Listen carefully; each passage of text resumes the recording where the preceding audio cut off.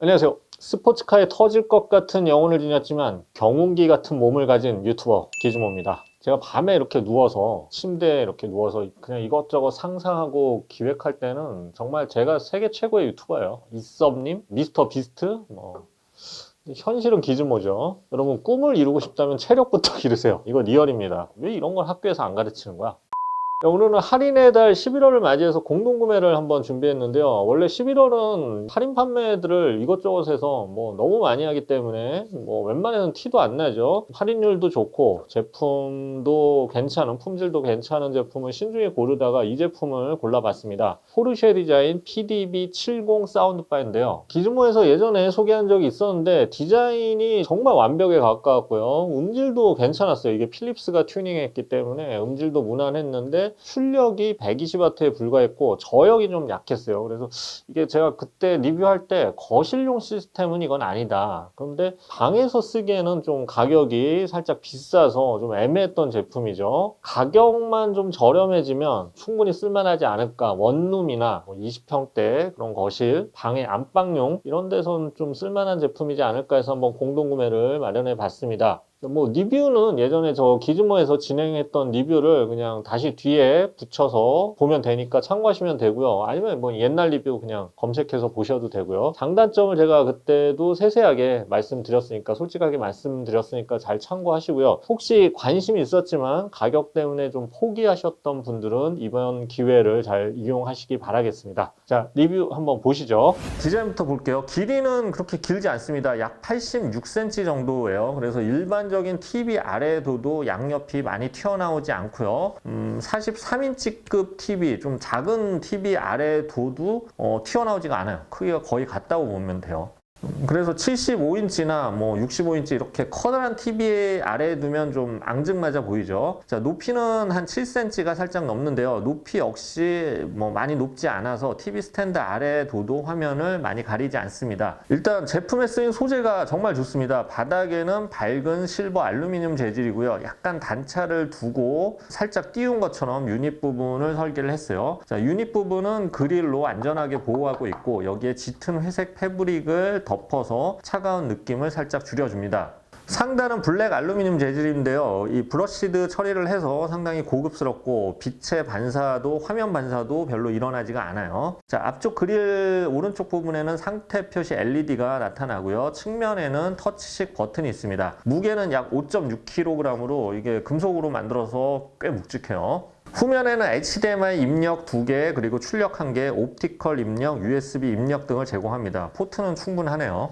자, 디자인만 보면 뱅 앤 올ufsen 배우 사운드 스테이지와 함께 투톱으로 뽑아도 좋을 만한 그런 정말 멋진 디자인입니다. 도시적이고 좀 세련미가 있고요. 금속의 아름다움을 잘 살린 디자인이죠. 자, 또 하나 감탄하게 되는 건 리모컨 디자인입니다. 바디는 유니바디 알루미늄 재질로 만들었고요. 그래서 금속 재질이지만 속을 비워뒀기 때문에 무겁지 않아요. 자, 버튼부는 고무 재질로 틈새가 없이 마감했어요. 바닥은 가죽 느낌의 플라스틱 같은데요. 건전지 들어가는 곳이 보이지 않도록 아주 세심하게 디자인했어요. 마치 일체형처럼 굉장히 잘 만들었어요. 사실 좀 보통 이렇게 비싼 오디오 메이커 보면 리모컨만 따로 막 40만원, 50만원에 파는 경우도 있는데 그것과 비교해도 꿀리지 않는 아주 멋진 리모컨입니다. 디자인만 보면 정말 감탄이 절로 나올 아주 멋진 디자인이에요.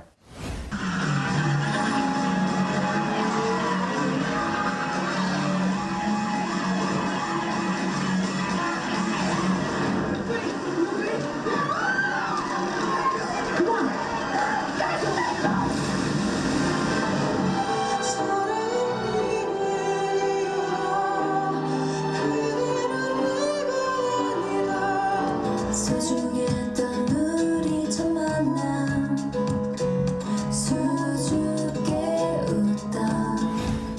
자, 이제 음질을 알아보겠습니다. 사운드바 출력은 120W입니다. 120W가 사실은 작은 건 아닌데 보통 고출력 사운드바들은 200W, 500W급도 있기 때문에 고출력 사운드바라고 할 수는 없죠. 자, 구성은 가운데 서브우퍼 유닛이 있고요. 좌우에 트위터 미드레인지 유닛을 각각 스테레오로 2개씩 배치를 했습니다. 2.1 채널 구성이죠. 자, 출력이나 구성을 보면 아시겠지만 넓은 거실용 시스템은 아닙니다. 뭐 해외에서 쓴다면 뭐 아파트나 스튜디오 같은 공간에서 쓰는 시스템이죠. 근데 사실 우리나라 주거 공간의 절대 다수를 차지하는 빌라나 아파트 같은 경우에는 뭐 사실 고출력 스피커를 사더라도, 특히 홈시어터 기기 꽝꽝 울리는 걸 사더라도 제대로 볼륨을 올릴 수 없는 경우가 많죠.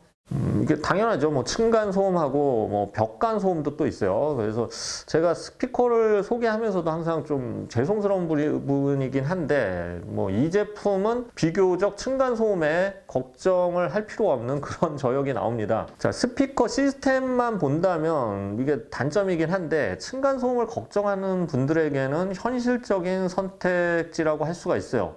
저역 재생 대역이 60Hz에서 시작하고 우퍼 크기도 그렇게 크지 않은 편이고, 또 서브우퍼가 따로 있는 것도 아니기 때문에 진동이 강한 저역이 나오지가 않아요. 대신 중저역대를 좀 확장을 시켰어요, 인위적으로. 그래서 음장감은 어느 정도 나옵니다.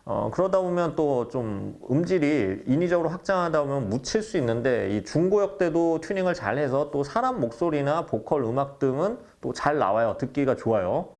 하지만 우리가 이제 뭐 사운드바나 이런 홈시어터 시스템에서 좀 요구하는 꽝꽝 울려대고 가슴을 울리는 저역을 기대하기는 힘듭니다. 그리고 볼륨을 좀 어느 이상 많이 울려도 좀 힘이 붙이고 약간 좀 뭐랄까요, 부족한 부분이 보여요. 자, 그래서 뭐 현실적인 시청 공간에서 현실적인 볼륨, 많이 평소에 듣는 그런 볼륨으로 음악이나 영화를 보기에 좋은 시스템이죠. 물론 일반적인 블루투스 스피커에 비해서는 확연히 큰 음장감을 들려주는 것은 분명합니다. 돌비 애트모스 기술도 있고 입체 음향 기술이 있기 때문에 음장감을 확장을 시켜주죠. 하지만 뭐 종합적으로 보면 80만 원대, 80만 원, 79만 9천 원이니까 80만 원에 가까운 사운드바라고 하기엔 좀 출력이나 음장감에 있어서 아쉬움이 남아요. 하지만 뭐 실용 볼륨에서는 중저역대가 어느 정도 음장감을 확보해 주기 때문에 볼륨을 크게 울릴 수 없는 아파트 주거 환경이나 원룸 등에서는 어느 정도 음장감도 느끼면서 현실적으로는 쓰기 좋은 그런 제품이라고 할 수가 있죠. 특히 디자인 만족도가 상당히 높기 때문에 뭐 디자인적인 요소를 크게 생각하는 분들에게는 뭐 좋은 선택지가 될 수 있을 것 같습니다. 자, 정리해 보겠습니다. 포르쉐 디자인 PDB70은 아주 멋지고 세련된 디자인의 사운드바입니다. 여기에 돌비 애트모스를 지원하는 점도 장점이죠. 그래서 완벽한 디자인과 실용적인 볼륨에서 최적화된 사운드 세팅이 이런 아파트 주거 환경에서 사용하기 좋은 그런 사운드바죠.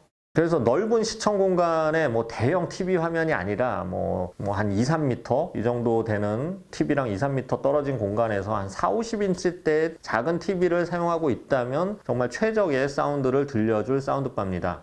아쉬운 점이 있다면 이 플레이파이 기반의 앱의 사용성이 좀 떨어지는 부분이 있고요. 출력이 한 120W 정도로 세지 않은 편이고 서브우퍼를 따로 연결할 수 없기 때문에 좀 더 박진감 있는 사운드, 아니면 뭐 사라운드 스피커 연결해서 정말 뭐 엄청난 입체 음향을 즐기고 싶은 분들에게는 음질 면에서 아쉬움이 남을 수밖에 없을 것 같습니다. 자, 리뷰 잘 보셨나요? 1년 넘은 리뷰인데 예전에도 똑같았네요. 변함이 없이 촌스러워요. 자, 사실 이게 디자인만 보면 정말 괜찮은데요. 사운드바를 디자인으로 사는 건 아니죠. 디자인이 좋아서 나쁠 건 없어요. 음질만 어느 정도 수준이라면. 근데 음질도 나쁘진 않았어요. 출력이 좀 적고 꽝꽝 때려지는 시스템은 아니었으니까. 관심 있었던 분들은 저희 리뷰나 아니면 뭐 다른 후기도 잘 좀 참고하시고 선택하시기 바라겠습니다. 더보기란과 고정 댓글을 통해 공동구매 참여 가능하고요. 자, 지금까지 기즈모였습니다. 감사합니다.